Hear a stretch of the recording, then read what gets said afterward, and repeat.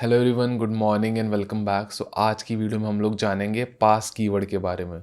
तो पास हम लोग वहाँ पे यूज़ करते हैं जहाँ पे आपने कोई सेक्शन या फिर ब्लॉक ऑफ कोड आपने ब्लैंक छोड़ दिया है।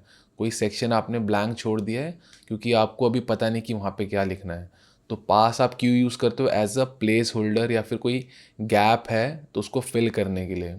तो जैसे इफ़ एल्स में सेक्शन होते हैं, इफ़ का सेक्शन, एल्स का सेक्शन, फॉर में उसका बॉडी का पूरा सेक्शन होता है। तो कोई सेक्शन आपने एम्प्टी छोड़ के रखा है तो एम्प्टी छोड़ना अलाउड नहीं है। तो अगर आपने एम्प्टी छोड़ा तो वहाँ पे एरर मिलता है। तो वही सेक्शन को फिल करने के लिए एज अ फिलर आप वहाँ पे पास लिख दो कि फ्यूचर में आपको समझ में आएगी क्या लिखना है, तो आपने वहाँ पे पास से उसको रिप्लेस कर दिया। तो पास का हम रीड कर लेते हैं description. Pass statement is used as a placeholder for future code. तो फ्यूचर में आप जो भी लिखने वाले हो या फिर वहाँ पे कुछ रिप्लेस करोगे उससे, तो वो सेक्शन में आपने पास लिख दिया क्योंकि अभी आपके पास वहाँ पे आपने एम्प्टी छोड़ा था। When the pass statement is executed nothing happens. तो पास सिंपली जस्ट स्किप कर देगा वो सेक्शन को, देन नेक्स्ट पार्ट में आप एग्जीक्यूट करोगे। तो जब पास एग्जीक्यूट हो तो कुछ भी नहीं होता, nothing happens, but you avoid getting an error as empty code और empty section is not allowed. तो एम्प्टी कहीं पे भी आपने ऐसा सेक्शन जो आपका ब्लॉक ऑफ कोड का सेक्शन रहता है आपने खाली छोड़ा तो वहाँ पे आपको एरर मिलेगा। तो जैसे इफ एल्स का सेक्शन है, फॉर का सेक्शन है, वाइल का सेक्शन है, फंक्शन में भी सेक्शन होता है, फंक्शन उसकी बॉडी। तो कोई भी ऐसी बॉडी जो पार्ट है, सेक्शन है, तो उसको आप एम्प्टी नहीं छोड़ सकते। अगर आपने अभी कोड डिसाइड नहीं किया वहाँ पे क्या लिखना है तो वहाँ पे आप पास लिख के वो वैलिड हो जाएगा आपका।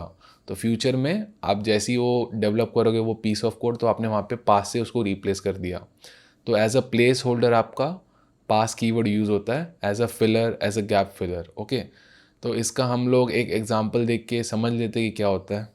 तो यहाँ पे एक एग्जांपल देख के हम पास का यूज़ समझ लेते हैं। तो एग्जांपल में हम लोग क्या फाइंड करेंगे? Display numbers which are divisible by 3 between 1 and 50। तो 1 से लेके 50 के बीच में जो भी नंबर 3 से डिविजिबल है हम उसको डिस्प्ले करेंगे। तो इस केस में जो नंबर डिविजिबल नहीं है तो उनको क्या करें? तो वहाँ पे हम ब्लैंक छोड़ देंगे। तो ब्लैंक छोड़ना अलाउड नहीं है तो वहाँ पे हम लोग पास यूज़ करेंगे। तो उसको देख लेते कैसे करेंगे। फॉर आई इन रेंज, तो फॉर लूप का यूज़ कर रहे हैं, देन इफ एल्स का यूज़ करेंगे हम लोग। तो फॉर पे हमने वीडियो बनाई है तो उसको भी आप डेप्थ में देख लीजिए तो आपको क्लियर हो जाएगा कि लूप कैसे वर्क करता है। एंड इफ एल्स पे भी हम लोगों ने डेप्थ में वीडियो बनाया है। तो फॉर लूप 1 से लेके 51 तक। तो 1 to 50 अगर हमें चलना है तो एक एक्स्ट्रा देना पड़ता है 51 तक, क्योंकि एक पहले रुक जाता है लूप। और हर बार हमें क्या करना है? चेक करना है if that number is divisible by 3 और नॉट। तो हमारा जो आई वेरिएबल है, लूप वेरिएबल आई, तो उसमें 1 आएगा, 2 आएगा, 3 आएगा, ऐसे लेके 1 से लेके 50 तक सारे नंबर्स आई में आएंगे। तो आई को हम चेक करते हैं if it is divisible by 3। तो if i modulus 3 double equal to 0, तो आई को 3 से डिवाइड किया एंड रिमाइंडर, तो मॉडुलस साइन होता है रिमाइंडर के लिए। तो अगर रिमाइंडर हमारा 0 आया and L H S R H S same है, मतलब that number is divisible by 3।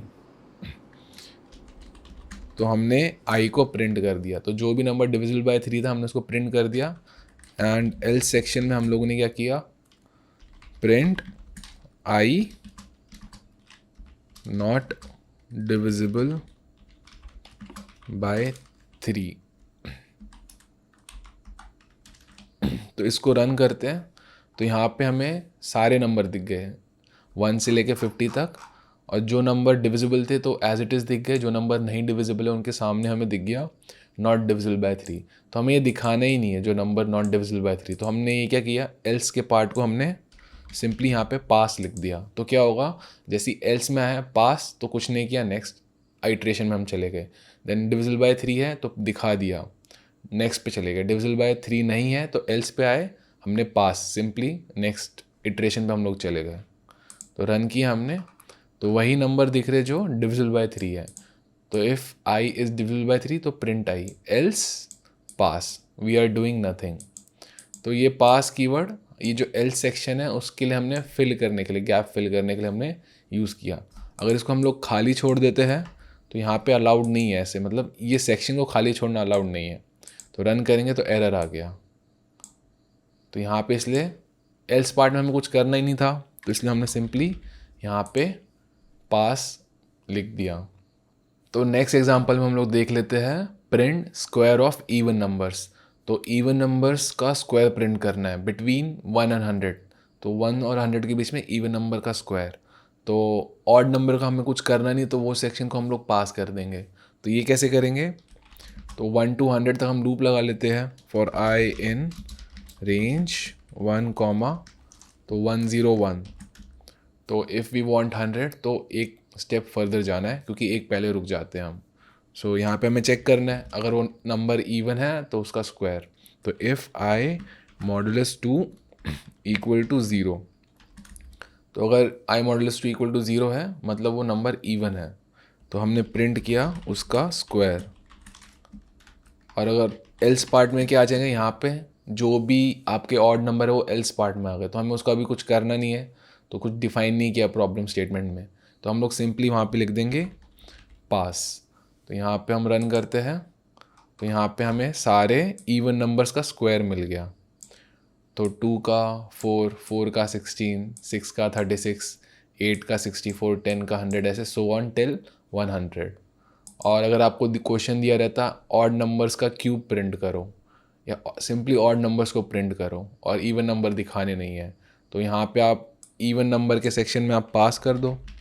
अगर नंबर इवन है तो पास, एल्स ऑड है तो print cube of that number. तो ऑड नंबर का हमने क्यूब प्रिंट कर दिया। तो यहाँ पे आपको सारे क्यूब दिख गए, स्टार्टिंग विथ 1 आपका ऑड नंबर है, 1 का क्यूब 1, 3 का आपका 27, देन 6 का 5 का आपका 125, 9, 7 का आपका 343, ऐसे सो ऑन टिल 99।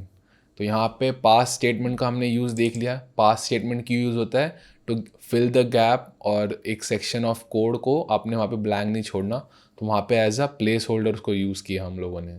तो पास का यूज़ ये था, आप जनरली इसको कहीं पे भी यूज़ कर सकते हो जहाँ पे आपने अभी तक डिसाइड नहीं किया है कि आपको क्या लिखना है। सो एक और बार आप देखिए तो आपको ईजिली समझ जाएगा। So thanks for watching and I will see you in the next one.